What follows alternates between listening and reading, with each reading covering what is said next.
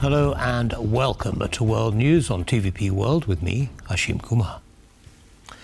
At least 15 civilians have been injured in Kiev after the city came under waves of sustained Russian missile and drone attacks early on Saturday. 2 of those injured were taken to hospital for treatment. Kiev's mayor, Vitaly Klitschko, reported that the assaults set off several fires across the capital. While the city's air defences were in action, one drone reportedly hit a high-rise residential block, causing extensive damage. The overnight strikes followed several days of Ukrainian drone attacks on targets inside Russia, including the capital, Moscow. Russian officials on Friday vowed to respond to those attacks. A new round of EU sanctions against Russia will likely target the Nord Stream 2 pipeline, according to a Bloomberg report released on Friday.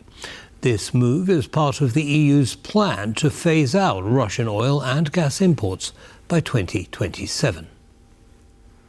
Bloomberg reports that the sanctions will take into account progress in the Russia-Ukraine peace talks. The Istanbul meeting between Russian and Ukrainian representatives was largely inconclusive after Putin snapped the talks and the Russian delegation refused a 30-day ceasefire. According to sources familiar with the matter, the European Commission will begin discussions with member states as early as today.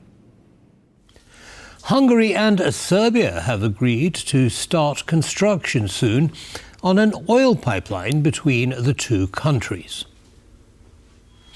Hungary's Foreign Minister Peter Szijjártó said the project will be completed by 2027 and ensure fuel supplies to Serbia and the region. The minister added that Hungary and Serbia will also double the capacity of interconnections between their electricity networks by 2028. Serbia's President Aleksandar Vučić later said that relations between Belgrade and Budapest are at their strongest ever. 2 Russian fighter jets are suspected of violating Finland's airspace, according to a statement released by the Finnish Defense Ministry. The incident occurred on Friday off Finland's southern coast. The Finnish Defense Minister reported the matter is being taken seriously and an investigation into the case is underway. The Finnish border guard is carrying out the investigation and will provide the report on their findings once more details become available. According to recent satellite imagery confirmed by NATO officials, Russian forces have been building up their military infrastructure near the Finnish border. Poland is bolstering its defence capabilities with the ongoing development of the East Shield programme. The project is a key part of the National Deterrence and Defence Plan. The latest engineering segment of this programme was presented on Friday with top military officials and soldiers in attendance. Officials from Poland's General Staff and military engineers gathered in Rudka, the Warmian-Mazurian region, on Friday to unveil the programme's latest engineering developments. The event highlighted the ongoing construction efforts by the 16th Sapper Regiment from the 16th Mechanized Division.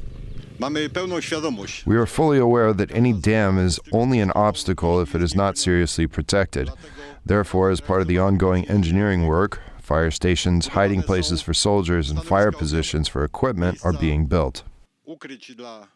Poland's East Shield program, a critical element of the Polish defense strategy, aims to enhance the country's military infrastructure along its eastern border with Russia and Belarus.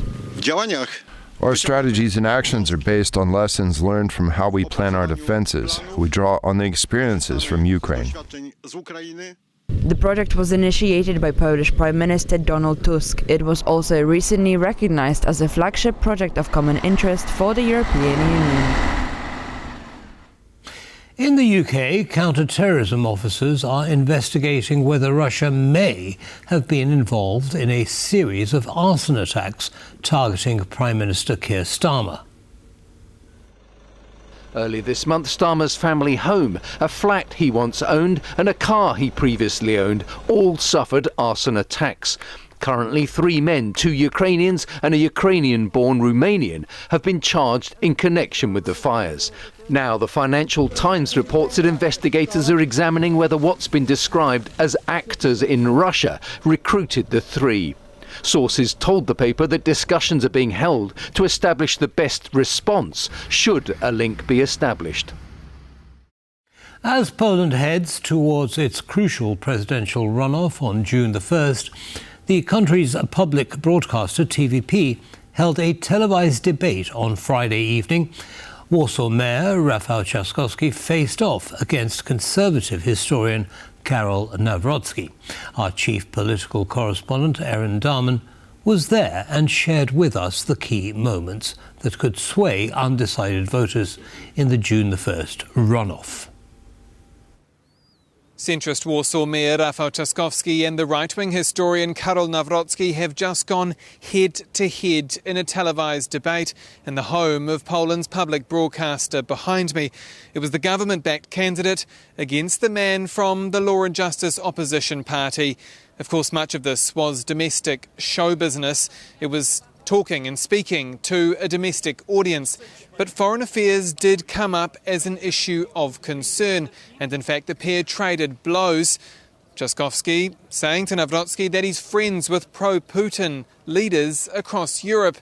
And then Nawrocki hitting back, saying, well, you didn't get an invite to go and meet President Donald Trump at the White House. That, of course, in reference to Mr. Nawrocki's meeting with Trump just a few weeks ago. Look, the polls are now showing almost a dead heat tie for this final runoff on June the 1st. And not just that, but 6% of those polled in the latest survey say they don't know who they will vote for. So the battle for votes is on from those candidates who didn't make it past the first round. For example, like the far-right's Sławomir Mencen, who finished in third on 15.4%. But this is also not just about the domestic battleground. This election is about Poland's role in Europe, about Warsaw and Brussels, and about Polish Prime Minister Donald Tusk and his ruling coalition's paralysing cohabitation with current President and Law and Justice ally Andrzej Duda, who has been stalling proposed reforms since the 2023 general election. Under Nawrocki, that is likely to stay the same, but with Trzaskowski, it would change. And so, there is much at stake, and there is just over a week to go. In Warsaw for TVP World, I'm Aaron Darman. US President Donald Trump has announced his intention to impose 50% tariffs on European goods from the beginning of June, after seemingly fruitless trade discussions between Washington and Brussels. Angela Skujins reports from Brussels. US President Donald Trump has threatened to slap 50% tariffs on European goods imported into the US market as of the 1st of June. As of now, we have not received any formal response from those top Brussels brass, particularly the European Commission President Ursula von der Leyen, who helms the EU executive. Now, we also know that the EU Commissioner for Trade, Maroš Šefčovič, has been engaged in a call with his American counterpart, Jamieson Greer, regarding a hopeful outcome to this threat that doesn't result in that $1 trillion trade relationship going south. As we heard from the EU Commissioner for Defense, Andrius Kubilius, regarding the stance he is taking regarding these turbulent couple of weeks. I learned one lesson since especially a recent period of time, that old, not so old now, but British traditional, saying, keep calm and carry on. It's really a very practical suggestion to all of us. This runs counter to what we're hearing from some other senior politicians. This includes the Dutch Prime Minister, Dick Schoof, who has called on the European Commission to issue a stern and robust response. Germany's Foreign Minister, Johann Wadephul, has also said that this threat doesn't do anything to this trade relationship. The lines that we're hearing also from the Oval Office is that the aim of this trade threat is to light a fire under the belly of the EU to get serious about these back-to-back dialogues. And if they don't, the reality is that on June 1st, this 50% tariff will become a reality.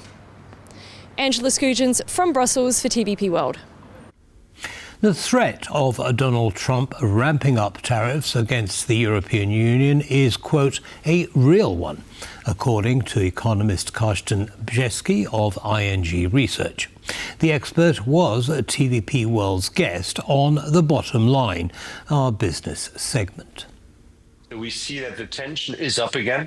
I think the negotiations currently are moving nowhere, which means that, especially for Europe, the threat that after this 90 days pause, there will be higher tariffs is a real one. What we are expecting in our base case assumption is not only that the universal tariff of 10% will remain in place for the next 3 years, but we're also expecting that at least the sectoral tariffs on steel, aluminium, on automotives, but probably also on pharmaceuticals will remain in place for the rest of this year, which would bring the tariff level for the EU to something like more than 20%, and that is by far the highest level since the 1930s. The G7 has issued a joint statement pledging to keep Russian assets frozen until the end of the war and to support Ukraine's future recovery. The declaration was released by the Canadian government, which holds the G7 presidency until the end of the year. In the written note, the group reaffirmed that Russia's assets will remain immobilized until the country ends its aggression and pays for the damages caused to Ukraine. The statement also reiterated that the G7 remains committed to supporting Ukraine in defending its territorial integrity. At the same time, the group pledged to help build investor confidence through multilateral initiatives and coordinate support for Ukraine's reconstruction. Officials at the G7 summit also agreed to ensure that countries that finance and supply the Russian war machine will not be eligible to profit from rebuilding Ukraine. And that's all from us in this bulletin, but we will be back on the hour. See you then. Goodbye.